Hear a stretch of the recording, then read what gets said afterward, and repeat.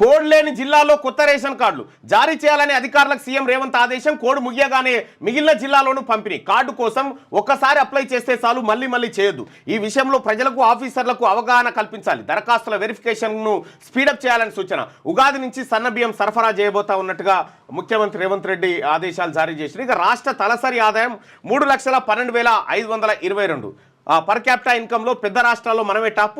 జిఎస్డిపిలో 7వ స్థానం. రాష్ట్రంలో తలసరిలో టాప్ రంగారెడ్డి జిల్లా. మెజారిటీ ఉపాధి రంగం వ్యవసాయమే. 51% మందికి అగ్రి అనుబంధ రంగాల్లోనే పని. తెలంగాణ స్టాటిస్టికల్ అబ్స్ట్రాక్ట్ నివేదికలో వెల్లడి. సో ఇది రాష్ట్రంలో కొత్త రేషన్ కార్డుల జారీకి ఏర్పాట్లు చేయాలని అధికారులను సీఎం రేవంత్ రెడ్డి ఆదేశించారు. సో ఇక్కడ మనం మాట్లాడుకోవాల్సినటువంటి అంశం, ఇక్కడ ఒక రేషన్ కార్డు సరఫరా చేయాలంటే ఏమేం అంశాలను పరిగణలోకి తీసుకుంటారు మనం ఒకసారి చూద్దాం.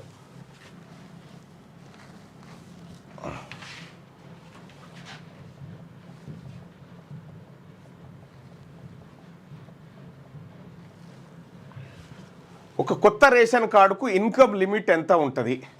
In Telangana the income limit for a BPL beneficiary house hold ration card is Rs 1.5 lakh per year in rural areas and 2 lakh per year in urban areas. అంటే దీన్ని బట్టి మనకి ఏమర్థం, గ్రామీణ ప్రాంతాల్లో ఏడాదికి 1.5 లక్షల ఆదాయం, ఆ తర్వాత పట్టణ ప్రాంతాల్లో ఏడాదికి 2 లక్షల వరకు ఆదాయం ఉన్నటువంటి కుటుంబాలు అర్హత సాధిస్తాయి. అంతకంటే ఎక్కువ ఉంటే సాధించాయి.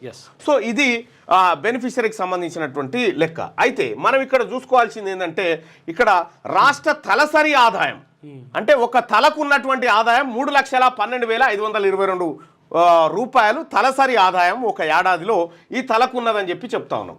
తెలంగాణలో ఒక ఇంట్లో 4 ఉంటే 12 లక్షల ఆదాయం ఒక కుటుంబానికి ఉన్నట్టుగా లెక్క. మరి ఇక్కడనే రేషన్ కార్డు ఇవ్వాలంటే 1.5 లక్షలు ఉండాలి. కానీ అప్పటికే మన తలసరి ఆదాయం 12 లక్షలు చూపిస్తూ ఉంది ఇక్కడ. అంటే తెలంగాణ రాష్ట్రంలో ఈ లెక్కన ఎవరు కూడా ఎలిజిబుల్ గారు. కాకపోతే అంటే దీన్ని జనరలైజేషన్ చేస్తా అంటే అందరికీ వర్తింపజేస్తారు. తలసరి అంటే ప్రతి తలకు మనం పెట్టింది. కాకపోతే ఒకరికేమో అంటే ఎక్కువ తక్కువ ఉండొచ్చు కాక, అంటే మినిమం 1 లక్ష అయితే ఉంటుందిగా. ఇంట్లో 4 ఉంటే 4 లక్షలు రాదిగా, కార్డు లేదు. అంటే విషయం ఏంటంటే ఈ తలసరి ఆదాయం అన్న తప్పు ఉండాలి. ఈ రేషన్ కార్డులకు పెట్టినటువంటి ఆ లిమిట్ ఏదైతే ఉందో దాన్ని పెంచాలి. అయితే దీనికి కారణం ఏముంటుంది అంటే అది యాక్చువల్గా అంటే దీంట్లో రకరకాలు ఉంటాయి అన్న. ఒక్కనికి 1,00,000 కోట్లు 1,000 కోట్లు ఉంటాయి, ఒకరికి రూపాయి కూడా ఉండదు. ఇట్లా ఉండడంతో ఉంటుంది. కానీ ఆ సంపద అంతా ఖర్చు పెట్టినప్పుడు ఇది జరిగేటువంటి కార్యక్రమం.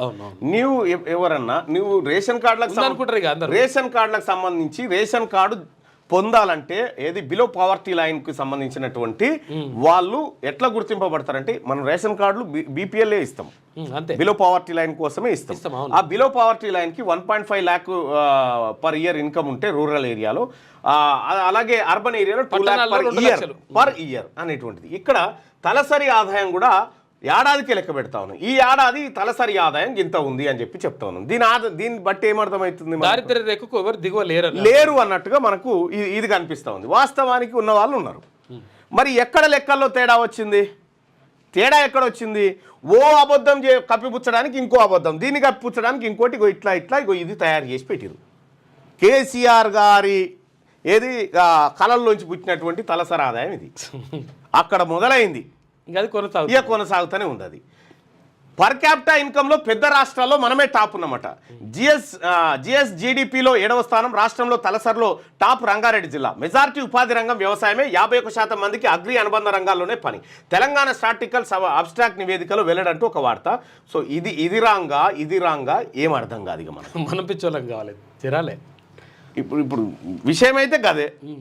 గవర్నమెంట్ లెక్కల ప్రకారం గ్రామీణ ప్రాంతాల్లో రేషన్ కార్డు రావాలంటే వాళ్ళ వార్షిక ఆదాయం 1.5 లక్షలు ఉండాలి కుటుంబానికి. అర్బన్ ఏరియాల్లో రేషన్ కార్డు రావాలంటే వాళ్ళ వార్షిక ఆదాయము కుటుంబం మొత్తానికి 2 లక్షలు ఉండాలి పట్టణాలు ఉంటోళ్ళకు. ఈడ మనం జిఎస్డిపిలో పర్ క్యాపిటాకి ఇంత చూపిస్తున్నాం, కుటుంబానికి 12 లక్షలు ఉందని చూపిస్తున్నాం. 4 పెట్టుకున్నా ఒక తలకాయకే రాదు. ఇక ఇన్ని తలకాయలకు ఏడంగా వస్తుంది. సో కాబట్టి ఏంటంటే ఇవన్నీ ఉత్తలెక్కలే, ఇవన్నీ ఉత్తలెక్కలే. వీటిని సరిచేయడానికి ఇప్పుడు అంత సాధ్యమయ్యే విషయం కూడా కాదు. కేవలము అన్ని రాజకీయ పార్టీలు ప్రజల దగ్గర ఉన్నటువంటి ఓటు కోసం ఈ నాటకాలు ఉంటాయి అన్నట్టు. రాష్ట్రంలో కొత్త రేషన్ కార్డుల జారీకి ఏర్పాట్లు చేయాలని అధికారులను సీఎం రేవంత్ రెడ్డి ఆదేశించారు. పలు జిల్లాల్లో ఎన్నికల కోడ్ అమల్లో ఉన్నందున కోడ్ లేని జిల్లాలో కార్డుల జారీని వెంటనే ప్రారంభించాలన్నారు.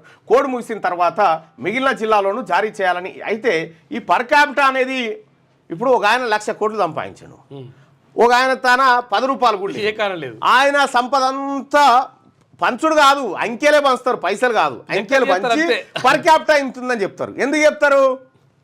ఎందుకు చెప్తారంటే పర్ క్యాపిటా ఇంత ఉందని ఎందుకు చెప్తారంటే ఇంత అప్పు నువ్వు కట్టాలని.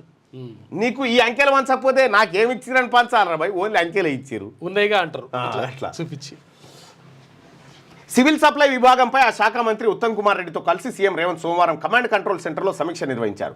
రేషన్ కార్డుల కోసం ప్రజాపాలన, గ్రామ సభలు, మీ సేవా కేంద్రాల ద్వారా వచ్చిన దరఖాస్తులు వెరిఫికేషన్ స్పీడ్గా పూర్తి చేయాలని సీఎం ఆదేశించారు. అర్హులైన వారందరికీ రేషన్ కార్డులు ఇవ్వాలన్నారు.